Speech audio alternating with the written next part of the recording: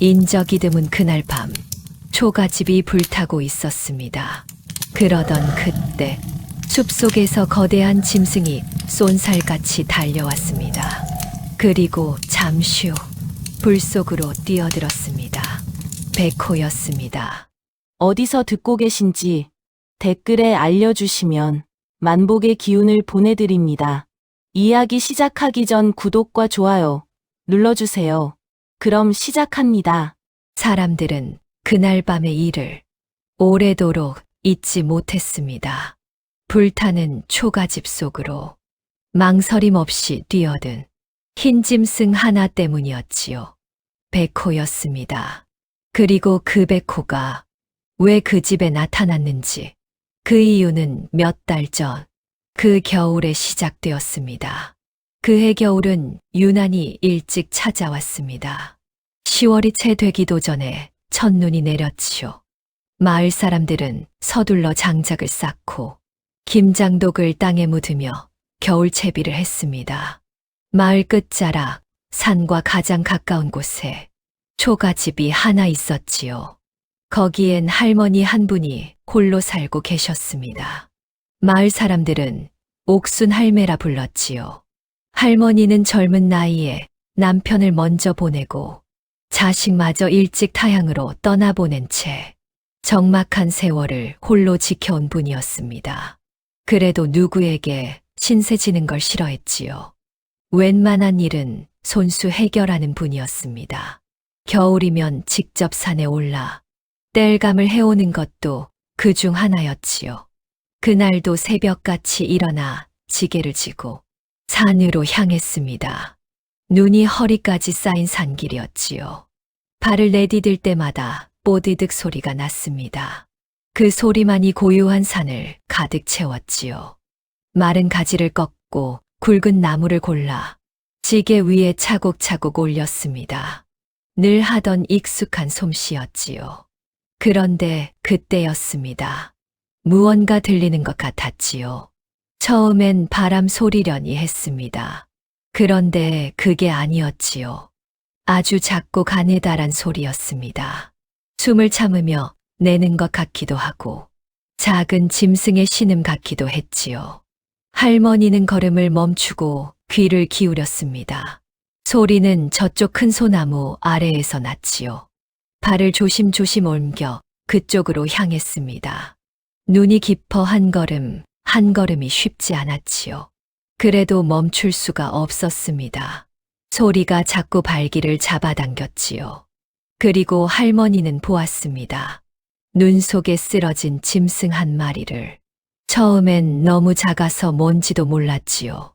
가까이 다가가 눈을 걷어냈습니다. 그제야 알 수 있었지요. 새끼 호랑이였습니다. 보통 호랑이가 아니었지요. 온몸의 털이 눈처럼 새하였습니다. 말로만 듣던 영물 백호였습니다. 어른들 이야기 속에나 나오던 그 백호였습니다. 새끼는 웅크린 채 쓰러져 있었지요. 뒷다리엔 피가 굳어붙어 있었습니다. 상처가 제법 깊어 보였지요. 어미를 잃은 건지 혼자 헤매다 쓰러진 건지 알 수 없었습니다. 다만 한 가지는 분명했지요. 이대로 두면 살기 어렵다는 것이었습니다. 할머니는 오래 생각하지 않았지요. 마을 사람들이 뭐라 할지 알았습니다. 위험하다고 말릴 것도 알았지요. 하지만 눈앞에 쓰러진 생명이었습니다. 그냥 지나치는 건 도저히 할 수 없었지요. 에이, 못 본 척을 해야 하는데 혼잣말을 하면서도 손은 이미 움직였습니다. 새끼를 조심스럽게 들어 올렸지요. 작은 몸인데 제법 묵직했습니다. 솜 저고리를 벗어 새끼를 감싸고 지게 위에 올렸지요. 땔감은 반쯤만 씌웠습니다. 지금은 그게 중요하지 않으니까요. 산을 내려오는 내내 확인했습니다. 숨을 쉬는지 자꾸 들여다봤지요. 가슴팍이 느리게 오르내리고 있었습니다. 살아 있었지요. 그것만으로도 마음이 놓였습니다. 집에 들어서자마자 아랫목에 이불을 깔고 새끼를 눕혔습니다. 찬물로 굳은 피를 조심조심 닦아내고 약초 달인물을 상처에 골고루 발랐습니다. 그러면서 나지막이 중얼거렸지요. 이놈아, 여기서 죽으면 안 된다. 새끼는 눈도 뜨지 못했습니다. 할머니는 아랑곳하지 않았지요. 이불을 덮어주고 그 곁에 자리를 잡아 밤새 새끼를 지켰습니다. 그렇게 그 겨울, 작은 초가집의 인연이 시작되었습니다. 사흘이 지났습니다. 새끼는 여전히 거의 움직이지 못했지요. 이따금 눈을 가늘게 떴다가 다시 감을 뿐, 숨 쉬는 것 외엔 아무것도 못했습니다.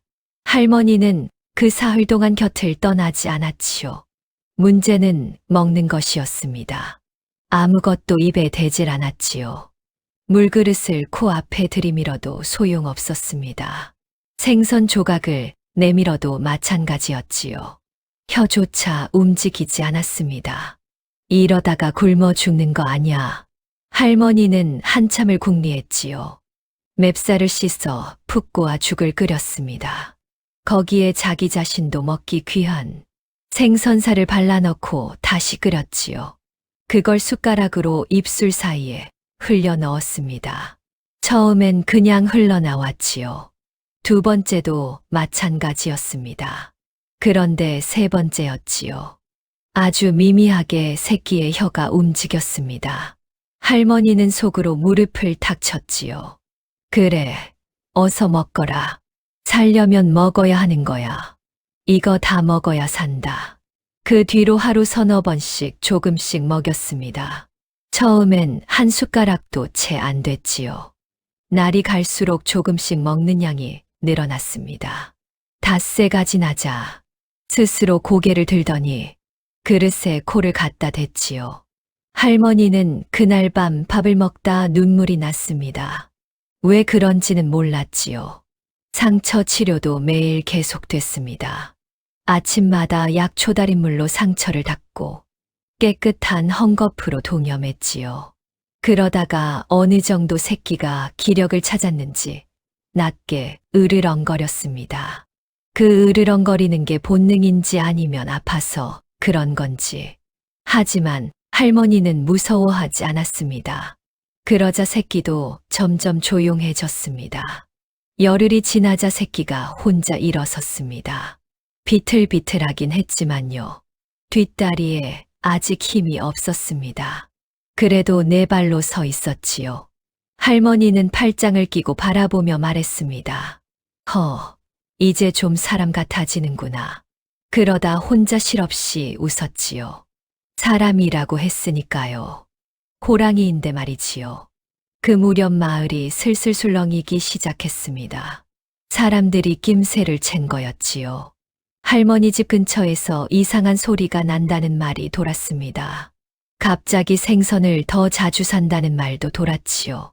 급기야 이웃집 안악이 마시를 왔다가 방문 틈새로 새끼 백호를 보고 말았습니다. 그날 저녁 마을이 발칵 뒤집혔지요. 옥순 할매가 호랑이 새끼를 키운다. 3, 4, 5 모여 웅성댔습니다. 위험하다는 이도 있었지요. 당장 산에 갖다 놔야 한다는 이도 있었습니다. 몇몇은 직접 집 앞까지 찾아왔지요. 할매요, 그거 빨리 내다 버려요. 크면 무서운 짐승이 된다고요. 할머니는 마당에 나와 태연하게 말했습니다. 지금은 그냥 아픈 새끼야. 아픈 거 두고 어딜 내버려. 아무리 말해도 꿈쩍도 하지 않았지요. 결국 사람들은 혀를 차며 돌아갔습니다. 옥순 할매의 고집이 어디서 비롯된 건지 마을 사람들이 누구보다 잘 알았으니까요. 그 고집 뒤엔 언제나 이유가 있었지요. 할머니는 그날 밤 새끼 등을 쓰다듬으며 말했습니다. 남들이 뭘 하든 신경 쓰지 마. 다 나으면 되는 거야. 새끼 백호는 눈을 가늘게 떴다 감았지요. 마치 알아듣는 것처럼요. 봄이 왔습니다. 처막은 고드름이 뚝뚝 떨어지고 쌓였던 눈이 조금씩 녹아 흘렀지요. 아침마다 새소리가 들려오고 햇살도 조금씩 길어졌습니다. 새끼 백호도 달라져 있었지요.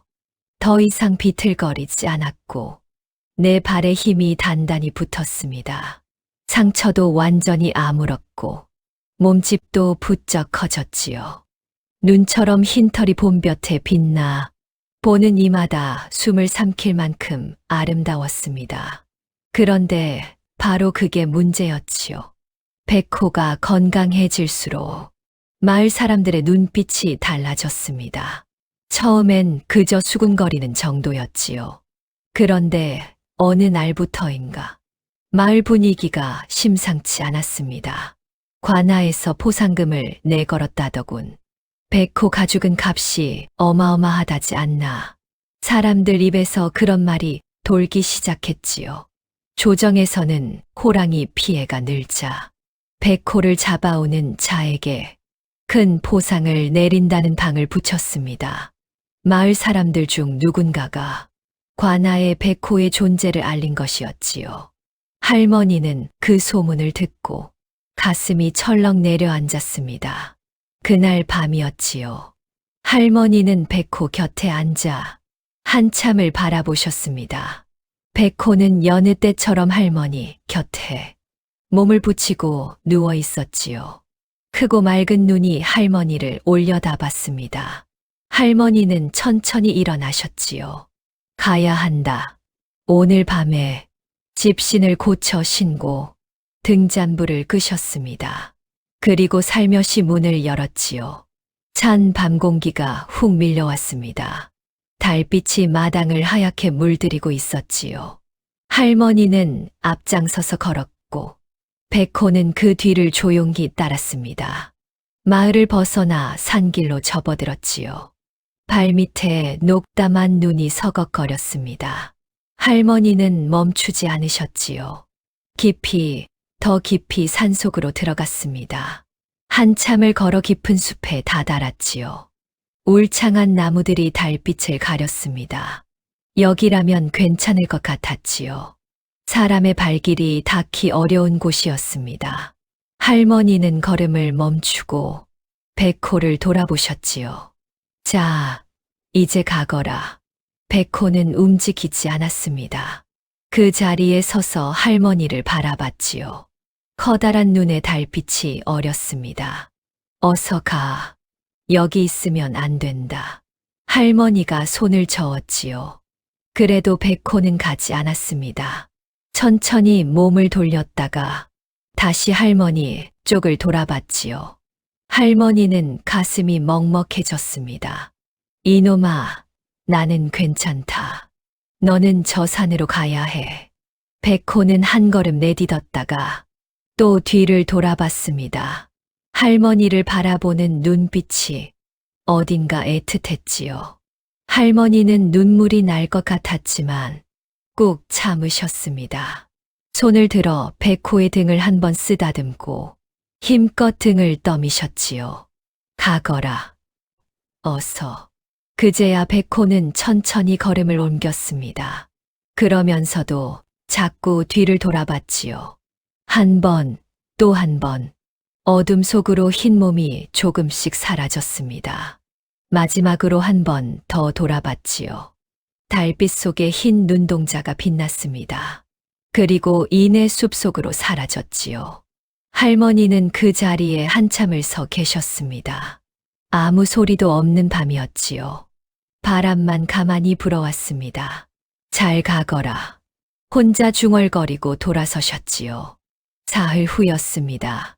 관아의 포졸들이 들이닥쳤지요. 마당 안까지 거침없이 들어왔습니다. 백호가 있다는 신고가 들어왔소. 어서 내놓으시오. 할머니는 태연하게 마당에 나오셨지요. 백호요? 포졸들은 방 안을 들여다보고 헛간을 뒤지고 마당을 살폈습니다. 하지만 아무것도 없었지요. 흰 털 한 올 나오지 않았습니다.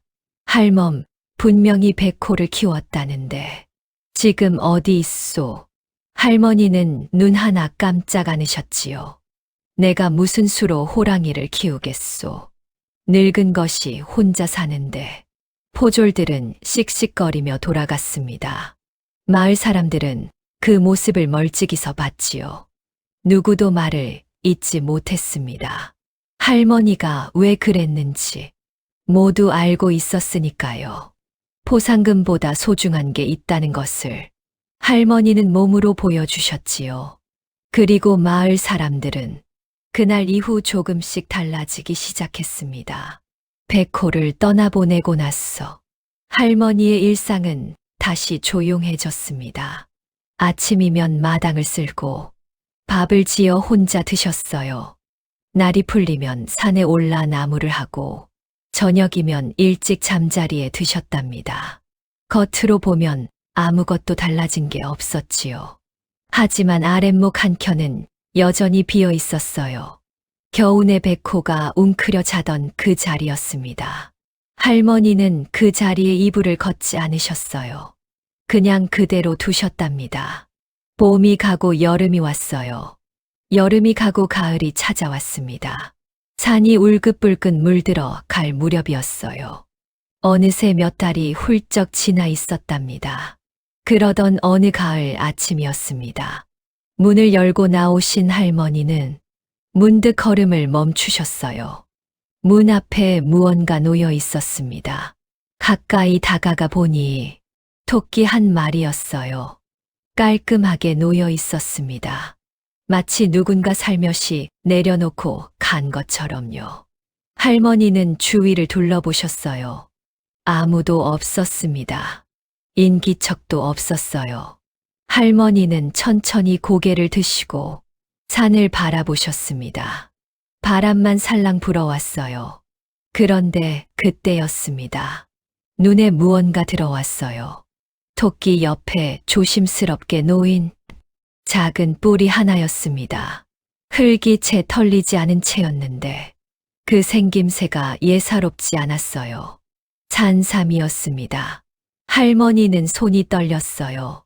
깊은 산속에서나 나는 귀한 것이었습니다.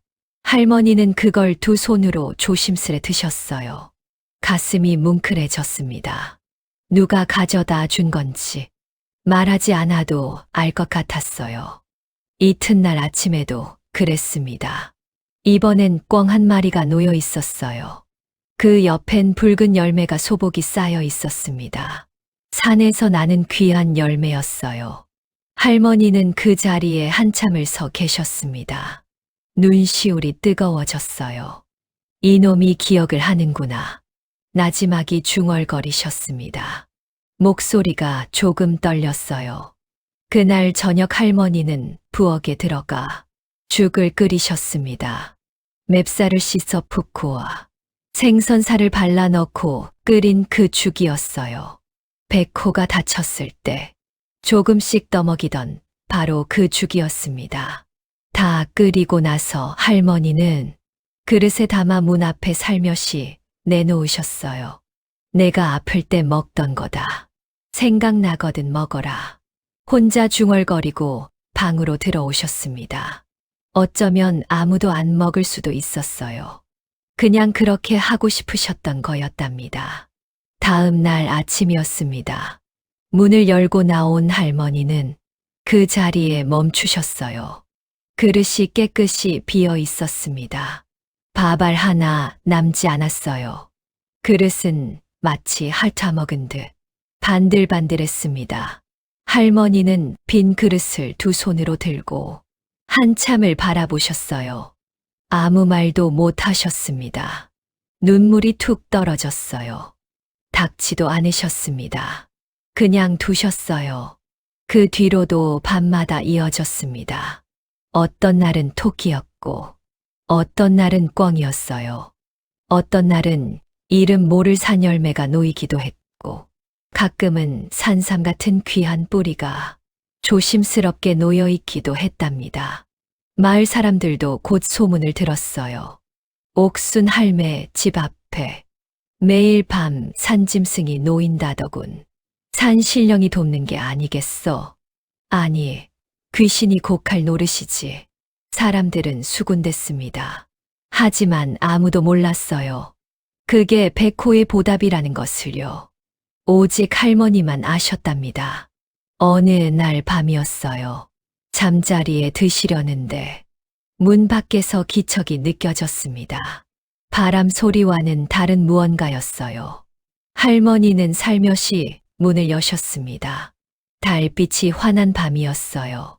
마당 저편 담장 너머 숲 가장자리에 흰 빛이 어른거렸습니다.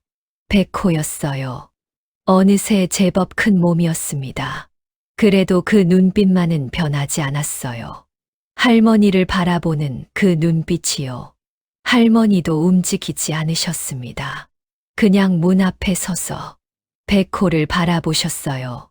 말 한마디 없었지만 그 사이에 오가는 것이 있었습니다. 말로는 다 할 수 없는 그 무언가가요. 이윽고 백호가 몸을 돌렸습니다. 숲속으로 천천히 사라졌어요. 흰 꼬리가 어둠 속으로 쓰러졌습니다. 할머니는 한참을 그 자리에 서 계셨어요. 가슴이 따뜻했습니다. 쓸쓸하면서도 따뜻한 그런 이상한 기분이었어요. 잘 있구나. 혼자 중얼거리고 문을 닫으셨습니다. 방으로 들어와 자리에 누우셨어요. 천장을 바라보다 스르르 눈을 감으셨습니다. 입가에 미소가 번졌어요. 받은 것을 기억하는 짐승이 있다는 것을요. 은혜를 갚을 줄 아는 마음이 사람보다 못하지 않다는 것을요. 할머니는 그날 밤 참 오랜만에 깊이 잠드셨답니다. 꿈속에서도 흰 짐승이 보였어요. 달빛 아래 환하게 빛나는 그 아름다운 백호가요. 소문이란 건 참 빠르게 번지는 법이었어. 어느새 마을을 넘어 고을까지 퍼져나갔습니다. 옥순 할매 집 앞에 밤마다 산짐승이 놓인다는 그 이상한 이야기가요. 사람들은 처음엔 그저 신기하다 했지요. 산신령이 돕는 거라느니, 백호가 사람을 홀렸다느니 말들이 무성했습니다. 그러다 어느 순간부터 분위기가 조금씩 달라지기 시작했어요. 고을에 사냥꾼들이 나타난 것이었습니다. 덩치가 크고 눈빛이 날카로운 자들이었어요. 허리에 칼을 차고 올가미를 들고서 마을 어귀에 나타났지요. 그중 우두머리로 보이는 자가 마을 사람들에게 물었습니다. 이 근방에 백호가 나온다 들었소. 어디서 목격했는지 아는 자 없소. 마을 사람들은 서로 눈치를 봤어요. 백호 가죽 하나면 몇 년치 양식을 살 수 있다는 걸 모르는 이가 없었으니까요. 관아에서 내건 포상금도 어마어마하다 했습니다. 누군가 슬그머니 입을 열었어요.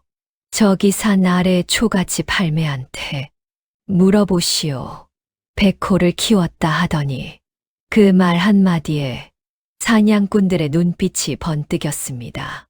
할머니는 그날 장작을 패다가 마을 쪽에서 들려오는 낯선 발소리를 들었어요. 무언가 심상치 않다 싶었지요. 고개를 드니 사냥꾼 서너시 성큼성큼 마당 안으로 들어서고 있었습니다. 할멈이 백호를 알고 있다 하던데 어디 있소? 지금 당장 말하시오. 할머니는 손에 든 도끼를 내려놓고 천천히 몸을 돌리셨어요. 서두르지 않으셨습니다. 그 눈빛이 어찌나 태연한지 오히려 사냥꾼들이 움찔할 정도였지요. 백호라니, 그게 무슨 말이오? 할머니는 시치미를 뚝 떼셨어요. 할멈, 모른 척하지 마시오. 마을 사람들한테 다 들었소. 새끼 백호를 거뒀다 했잖소. 그 새끼가 다 나아서 산으로 갔는데 내가 어찌 알겠소. 짐승이 어디 있다고 알려주고 갔겠소. 할머니는 눈 하나 깜짝 않고 말씀하셨습니다. 사냥꾼들은 방 안을 들여다보고 헛간을 뒤지고 마당 구석구석을 살폈어요. 하지만 아무것도 없었지요. 흰 털 한 올 나오지 않았습니다. 우두머리가 할머니 앞에 바짝 다가섰어요. 할멈, 잘 생각해 보시오. 백호 한 마리면 당신 평생 먹고 살 돈이요. 그걸 왜 숨기는 거요? 할머니는 그 눈을 똑바로 바라보셨습니다. 돈이 없어도 살아왔소. 짐승 하나 팔아서 뭘 하겠다는 거요. 사냥꾼들은 씩씩거렸지요. 하지만 그냥 물러서지 않았습니다. 그들은 돌아가는 척 하더니 산 어귀마다 굵은 밧줄 올가미를 걸어두고 짐승이 다니는 길목마다 덫을 놓기 시작했어요. 어떤 건 사람 허리만 한 것이었습니다. 짐승이 한 번 걸리면 도망칠 수 없도록 만든 덫이었지요. 할머니는 그 모습을 보며 가슴이 내려앉으셨어요. 그날 밤이었습니다. 할머니는 좀처럼 잠이 오지 않으셨지요. 이불을 덮고 누웠지만 자꾸 산 쪽으로 마음이 향했어요. 제발 오늘 밤은 내려오지 말아라. 제발 덫을 피해라. 그 말을 속으로 되뇌셨지요. 그때였습니다. 당, 총소리가 산을 가르며 울렸어요. 마을 사람들이 모두 잠에서 깨어났지요. 개들이 짖어댔고 아이들이 울음을 터뜨렸습니다. 할머니는 벌떡 일어나 문을 열고 마당으로 나오셨어요. 어둠 속 산을 바라보셨지요. 가슴이 철렁 내려앉았습니다. 손이 떨렸어요. 제발, 나지막이 중얼거리셨지요. 산은 조용해졌습니다. 총소리 이후로 아무 소리도 들리지 않았어요. 그 고요함이 오히려 더 무서웠지요. 할머니는 그 자리에 섰어 날이 밝을 때까지 기다리셨습니다. 이튿날 새벽이었어요. 사냥꾼들이 산에서 내려왔지요. 빈손이었습니다. 우두머리에 얼굴이 굳어 있었어요. 무언가 못마땅한 얼굴이었지요. 간밤에 분명히 흰 짐승을 봤는데 총을 쐈더니 흔적도 없이 사라졌소. 마을 사람 하나가 조심스럽게 물었어요. 덫에는 걸리지 않았소. 덫이 죄다 건드려지지 않았소. 마치 피해 다니는 것 같았소. 사냥꾼들은 며칠을 더 머물렀지만 결국 백호를 잡지 못했습니다. 올가미도 덫도 총도 소용이 없었지요. 결국 사냥꾼들은 짐을 쌌어요. 마을을 떠나는 그들의 뒷모습을 할머니는 마당에 서서 바라보셨지요. 그때서야 가슴이 내려앉았던 게 조금씩 풀리는 것 같았어요. 눈을 감고 산을 향해 마음속으로 말씀하셨지요. 잘 피했구나. 역시 영리한 놈이야. 그날 밤이었습니다. 문 앞에 꿩 한 마리가 놓여 있었어요. 여느 때처럼 조용히 살며시 내려놓고 간 것이었지요. 할머니는 그걸 보고 피식 웃으셨습니다. 아무 일 없었다는 듯 태연하게 놓고 간 그 선물이 어찌나 반갑던지요. 이놈 걱정은 시켜놓고 혼자 중얼거리며 꿩을 들고 부엌으로 들어가셨어요. 그해 가을이 깊어갈 무렵이었습니다. 유난히 비가 오지 않는 가을이었어요. 몇 달째 빗소리를 듣지 못했지요. 땅은 쩍쩍 갈라졌고 낙엽은 손만 대도 바스러질 듯 말라 있었습니다. 처마 밑에 쌓아둔 장작도 속까지 바싹 말라버렸어요. 마을 어른들은 혀를 찼지요. 이러다 불이라도 나면 큰일이요. 그 말이 그냥 나온 말이 아니었습니다. 며칠째 바람까지 매섭게 불어왔어요. 낙엽이 마당 가득 쌓이고 하늘은 잔뜩 찌푸려 있었지요. 할머니는 저녁 일찍 불을 지피고 방 안에서 바느질을 하고 계셨습니다. 밖은 바람 소리만 거셌어요. 그런데 갑자기였습니다. 탁 하는 소리와 함께 방 안으로 매캐한 냄새가 스며들었어요. 처음엔 바람에 장작 불씨가 튄 줄 아셨지요. 그런데 냄새가 점점 짙어졌습니다. 할머니가 문을 열었을 때였지요. 마당이 벌겋게 물들어 있었습니다. 처마 끝에서 불길이 솟아오르고 있었어요. 바싹 마른 장작 때문이었지요. 불씨 하나가 튀었을 뿐인데 불은 순식간에 번졌습니다. 지붕으로, 벽으로, 사방으로. 할머니는 순간 몸이 굳으셨지요. 연기가 가득 차오르고 열기가 얼굴을 덮쳤지요. 소리를 질러보려 했지만 연기가 목을 막았습니다. 다리에 힘이 풀렸지요. 그 자리에 주저앉으셨지요. 사람들이 달려오기엔 너무 깊은 밤이었습니다. 그때였어요. 숲 쪽에서 무언가 달려오는 소리가 들렸지요. 쿵, 쿵, 쿵. 땅이 울리는 발소리였습니다. 그리고 다음 순간이었어요. 담장을 훌쩍 넘어 흰 짐승 하나가 마당으로 뛰어들었습니다. 백호였어요. 어느새 완전한 성체가 된 백호였지요. 눈처럼 흰 털이 불빛에 붉게 물들었습니다. 백호는 망설이지 않았어요. 타오르는 불길 속으로 거침없이 뛰어들었지요. 할머니가 주저앉은 곳까지 달려왔습니다. 그리고 할머니의 옷자락을 입에 물었어요. 세게, 하지만 다치지 않게요. 그대로 질질 끌었습니다. 마당 밖으로, 불길 바깥으로요. 할머니는 정신이 혼미한 채로 끌려 나오셨어요. 연기를 잔뜩 마신 탓에 기침이 터져 나왔지요. 백호는 할머니를 마당 밖 안전한 곳에 내려놓았습니다. 그리고 할머니의 얼굴을 한번 바라봤어요.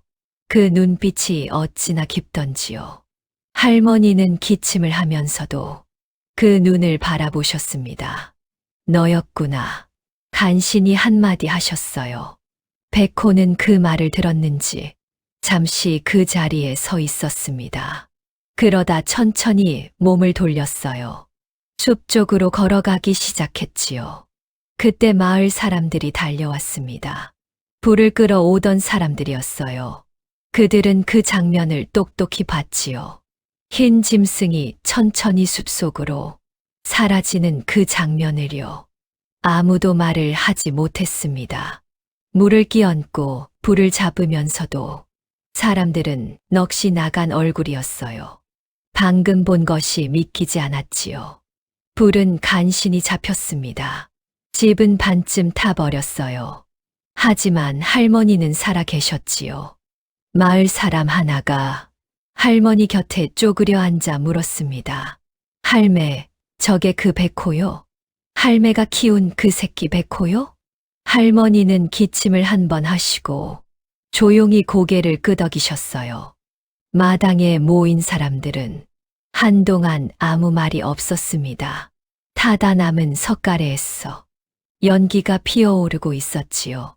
그 연기 너머로 숲은 조용했지요.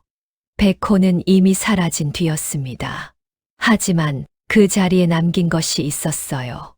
발자국이었지요. 할머니를 향해 달려온, 그리고 다시 산으로 돌아간 크고 선명한 발자국이었습니다. 마을 사람들은 그 발자국을 내려다봤어요. 누군가 먼저 무릎을 꿇었지요. 그러자 하나둘 따라 앉았습니다. 말이 필요 없었어요. 짐승 하나가 말보다 더 깊은 것을 보여줬으니까요. 그날 밤 이후로 마을이 달라졌습니다. 불이 난 다음 날 아침이었지요. 마을 사람들이 하나둘 할머니 집 앞에 모여들기 시작했지요. 빈손으로 온 사람이 없었습니다. 쌀을 가져온 이도 있었고, 된장을 들고 온 이도 있었어요. 지붕을 고칠 집단을 지고 온 이도 있었지요. 아무도 시키지 않았습니다. 그냥 다들 왔어요. 할머니는 마당에 나오셔서 그 모습을 바라보셨지요. 아무 말씀도 못 하셨습니다. 입술이 떨렸어요. 마을에서 가장 목소리 크던 최서방이 먼저 입을 열었지요. 그 사람이었습니다. 백호를 당장 내다 버리라고 제일 먼저 소리쳤던 바로 그 사람이었어요. 할매, 내가 그때 잘못했소. 최서방은 고개를 푹 숙였지요. 마당이 조용해졌습니다. 그 짐승이 할매를 살렸잖소. 내가 그 짐승을 내쫓으려 했으니 내가 할매를 죽일 뻔한 거 아니겠소. 목소리가 떨렸어요. 그 말에 주변 사람들도 고개를 숙였지요. 할머니는 천천히 고개를 저으셨습니다. 괜찮소.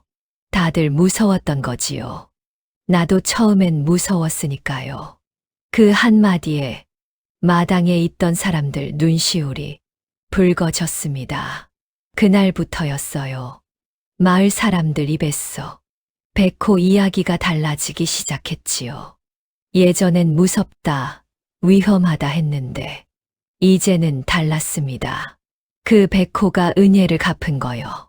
할매가 살린 목숨이 할매를 살린 거지. 밥상머리에서, 우물가에서, 장터에서요. 사람들은 그 이야기를 나눴습니다. 그런데 며칠이 지나자 더 놀라운 일이 생겼어요. 마을 아이 하나가 산에서 길을 잃었지요. 10살도 채 안 된 막동이었습니다. 해가 지도록 돌아오지 않자 마을이 발칵 뒤집혔어요.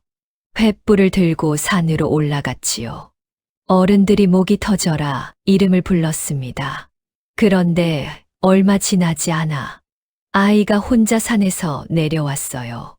옷에 흙이 묻었을 뿐 다친 데 하나 없었지요. 사람들이 달려가 물었습니다. 막동아, 어떻게 내려온 거요? 혼자 길을 찾은 거요? 아이는 고개를 저었어요. 그리고 산을 가리켰지요. 저기서 흰 짐승이 나타났어요. 무서워서 움직이지도 못했는데 짐승이 그냥 앞에서 걸어가는 거예요. 따라가니까 마을 길이 나왔어요. 마을이 쥐 죽은 듯 조용해졌습니다. 어른들은 서로 얼굴을 마주봤어요. 말을 잇는 이가 없었지요. 흰 짐승이었습니다. 백호였어요. 그 뒤로 마을에서 백호를 해치려는 사람은 단 한 명도 나타나지 않았습니다. 오히려 반대였어요. 관아에서 포졸이 다시 나타나 백호를 신고하라 했을 때였지요. 마을 사람들은 하나같이 고개를 저었습니다. 우리 마을엔 백호 없소.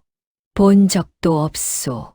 심지어 전에 신고했던 그 사람도 이번엔 입을 굳게 다물었어요. 포졸들은 어리둥절한 채 돌아갔지요. 할머니는 그 모습을 보며 빙그레 웃으셨습니다. 아무 말씀 없이요. 그런데 할머니 혼자 아시는 게 있었어요. 그날 밤이었지요. 마을이 다 잠든 시각이었습니다. 할머니는 문을 살며시 열고 마당에 나오셨어요. 달이 밝았지요. 담장 너머 숲 가장자리에 흰 빛이 어른거렸습니다. 백호였어요. 어김없이 그 자리에 서 있었지요. 할머니는 천천히 걸어가 담장 앞에 서셨습니다. 내 덕에 마을이 바뀌었다. 나지막이 말씀하셨어요. 백호는 움직이지 않았습니다. 그 큰 눈으로 할머니를 바라봤지요. 달빛이 그 눈 속에 고여 있었습니다. 할머니는 손을 뻗으셨어요. 담장 너머로 살며시 내미셨지요. 백호가 천천히 다가왔습니다. 그 크고 따뜻한 이마를 할머니 손바닥에 가만히 댔어요. 둘은 한동안 그렇게 있었습니다. 바람도 멈춘 것 같았어요. 달빛만 조용히 내려앉았지요. 할머니는 눈을 감으셨습니다. 그 따뜻함을 오래 느끼셨어요. 이윽고 백호가 물러났지요. 천천히 몸을 돌려 숲속으로 사라졌습니다. 할머니는 손을 거두셨어요. 그 손바닥을 가만히 내려다보셨지요. 아직 온기가 남아 있었습니다. 고맙다. 혼자 중얼거리고 방으로 들어오셨어요. 그날 밤 할머니는 오래오래 잠들지 못하셨습니다. 눈을 감으면 자꾸 그 눈빛이 떠올랐거든요. 달빛을 담은 그 눈빛이요. 세월이 흘렀습니다. 봄이 오고 여름이 가고 또 겨울이 찾아오기를 여러 번이었어요. 할머니는 조금씩 느려지셨지요. 지게를 지던 발걸음이 무거워졌고 아침에 일어나는 시간도 늦어졌습니다. 그래도 마당은 늘 깨끗했어요. 눈이 오면 눈을 쓸고 낙엽이 지면 낙엽을 쓸었지요. 그게 할머니의 하루였습니다. 마을 사람들은 걱정이 됐어요. 혼자 사시는 할머니가 해가 갈수록 더 작아지는 것 같았지요. 이웃집 안악이 밥을 가져다 드리기도 했고 최서방 아들이 장작을 패다 드리기도 했습니다. 할머니는 그때마다 손을 저으셨어요. 괜찮소, 괜찮아. 그래도 받으셨지요. 예전 같지 않으셨으니까요. 그러던 어느 겨울 아침이었습니다. 할머니가 일어나지 않으셨어요. 밥 짓는 연기가 오르지 않자 이웃집 안악이 문을 두드렸지요. 대답이 없었습니다. 문을 열고 들어가 보니 할머니는 아랫목에 조용히 누워 계셨어요. 얼굴이 평온했습니다. 마치 깊이 잠든 것처럼요. 손은 가슴 위에 가지런히 모여 있었지요. 마을 사람들이 모여들었습니다. 누가 먼저랄 것도 없이 눈물이 흘렀어요. 옥순 할매가 떠나셨지요. 장례가 치러졌습니다. 마을 사람들이 모두 나와 할머니를 산자락 양지 바른 곳에 모셨어요. 겨울 햇살이 포근하게 내려앉은 곳이었지요. 살아생전 할머니가 나무를 하러 늘 오르던 그 산이었습니다. 흙을 덮고 봉분을 다듬었어요. 사람들은 한동안 그 자리를 떠나지 못했지요. 그때였습니다. 누군가 손을 들어 산 능선 쪽을 가리켰어요. 사람들이 일제히 고개를 들었지요. 산 능선 위에 두 마리의 백호가 서 있었습니다. 아무도 말을 하지 못했어요. 숨소리조차 들리지 않았지요. 한 마리는 크고 당당했습니다. 눈처럼 흰 털이 겨울 햇살에 빛났어요. 그 옆에는 조금 작은 백호가 나란히 서 있었지요. 새끼였습니다. 어미 백호와 새끼 백호였어요. 둘은 움직이지 않았습니다. 그냥 그 자리에 섰어. 할머니의 무덤을 바라봤지요. 멀리서 조용히 가만히요. 바람이 능선을 타고 내려왔습니다. 얼마나 지났을까요? 어미 백호가 천천히 고개를 들었어요. 그리고 울었습니다. 길고 긴 울음이었지요. 산을 가득 채우는 울음이었어요. 슬프면서도 깊고 깊으면서도 따뜻한 그런 울음이었습니다. 마을 사람들은 그 울음을 들으며 저도 모르게 눈물을 흘렸어요. 어른도 아이도 할 것 없이요. 최서방은 손으로 눈을 가렸지요. 어깨가 들썩였습니다. 이웃집 안악은 두 손을 모았어요. 기도하듯 고개를 숙였지요. 울음이 그쳤습니다. 어미 백호는 새끼를 돌아봤어요. 그리고 천천히 숲속으로 걸어 들어갔지요. 새끼도 그 뒤를 따랐습니다. 하얀 두 모습이 겨울 숲속으로 조용히 사라졌지요. 능선은 다시 텅 비었습니다. 바람만 불었지요. 아무도 움직이지 않았어요. 아무도 말을 하지 않았습니다. 그냥 그 자리에 섰어. 텅 빈 능선을 바라봤지요. 한참이 지나서야 최서방이 조용히 입을 열었습니다. 할매가 살린 목숨이 할매를 살리고 할매가 떠나자 배웅을 왔구나. 아무도 대꾸하지 않았어요. 대꾸할 말이 없었지요. 그 말이 전부였으니까요. 사람들은 천천히 발걸음을 돌렸습니다. 내려오는 길 내내 아무 말이 없었어요. 말이 필요하지 않았지요. 가슴 속에 이미 한 가지가 새겨졌으니까요. 살면서 잊지 말아야 할 그 한 가지가 은혜를 입은 동물도 은혜를 갚는다. 하물며 사람은 어떠해야 하는가. 할머니는 평생 그걸 몸으로 사셨어요. 말 한마디 없이 행동으로 보여주셨지요. 눈 속에 쓰러진 작은 생명 하나를 그냥 지나치지 않았던 그 마음 하나가 결국 한 사람의 목숨을 살리고 한 마을의 마음을 바꿨습니다. 세상에서 가장 작은 선함이 세상에서 가장 큰 기적을 만든다는 것을 옥순 할매는 알고 계셨던 걸까요? 아니면 그냥 못 본 척하지 못하는 그 따뜻한 마음 하나뿐이었을까요? 능선 위에 내려앉은 겨울 햇살이 할머니 무덤을 포근하게 감쌌습니다. 마치 잘 쉬라는 듯이요.